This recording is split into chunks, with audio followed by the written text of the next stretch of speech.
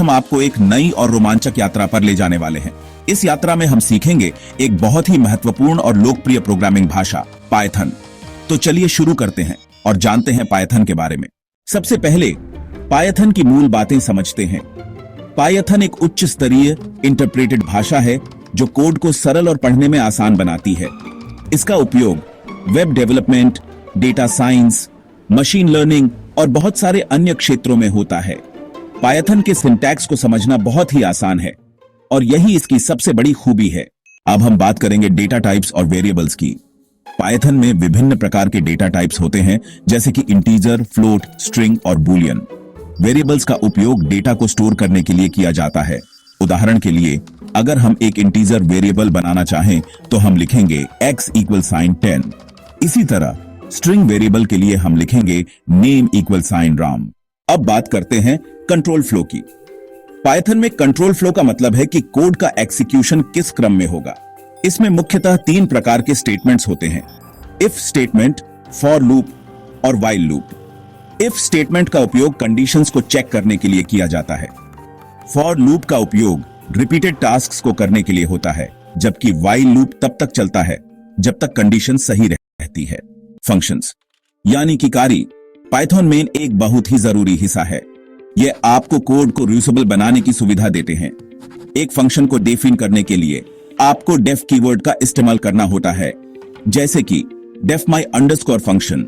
फिर आप उस फंक्शन के अंदर कुछ भी कोड लिख सकते हैं जो आप चाहते हैं कि एग्जीक्यूट हो। जब आपको उस फंक्शन को कॉल करना हो तो आप बस उसके नाम के साथ पैरेंथेसिस का इस्तेमाल करते हैं, जैसे माई अंडरस्कोर फंक्शन। फंक्शंस आपके कोड को मॉड्यूलर और ऑर्गेनाइज बनाने में मदद करते हैं। अब बात करते हैं मॉड्यूल्स और पैकेजेस की। मॉड्यूल्स बेसिकली पाइथन फाइल्स हैं जो फंक्शंस और वेरिएबल्स को कंटेन करते हैं। एएपी किसी भी मॉड्यूल को इंपोर्ट स्टेटमेंट का यूज करके अपने प्रोग्राम में इंक्लूड कर सकते हैं, जैसे इंपोर्ट मैथ।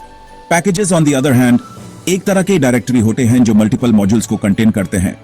ये आपको कोड को और भी ज्यादा स्ट्रक्चर्ड और मेंटेनेबल बनाने में मदद करते हैं। फाइल हैंडलिंग यानी फाइल का प्रबंधन पाइथन में एक और इंपॉर्टेंट कॉन्सेप्ट है। एएपी ओपन फंक्शन का यूज करके किसी भी फाइल को रीड या राइट मोड में खोल सकते हैं, जैसे open file name .txt r for reading और open file name .text d for writing. File handling के जरिए ऐप डेटा को फाइल्स में स्टोर कर सकते हैं और जरूरत पड़ने पर उस डेटा को रिट्रीव भी कर सकते हैं। यह फीचर एप्लीकेशंस को डेटा परसिस्टेंस प्रोवाइड करता है। त्रुटि हैंडलिंग प्रोग्रामिंग का एक महत्वपूर्ण हिस्सा है। जब भी कोई त्रुटि होती है तो हमें उसे सही तरीके से संभालना चाहिए ताकि हमारा प्रोग्राम क्रैश न हो। त्रुटियों को संभालने के लिए ट्राई कैच ब्लॉक का उपयोग किया जाता है। यह हमें त्रुटियों को पकड़ने और उन्हें उचित तरीके से हैंडल करने की अनुमति देता है। ऑब्जेक्ट ओरिएंटेड प्रोग्रामिंग या ओओपी एक प्रोग्रामिंग पद्धति है जो डेटा और व्यवहार को ऑब्जेक्ट्स के रूप में पैकेज करती है। ओओपी में 4 मुख्य सिद्धांत होते हैं: एनकैप्सुलेशन, इनहेरिटेंस, पॉलीमॉर्फिज्म और एब्स्ट्रैक्शन।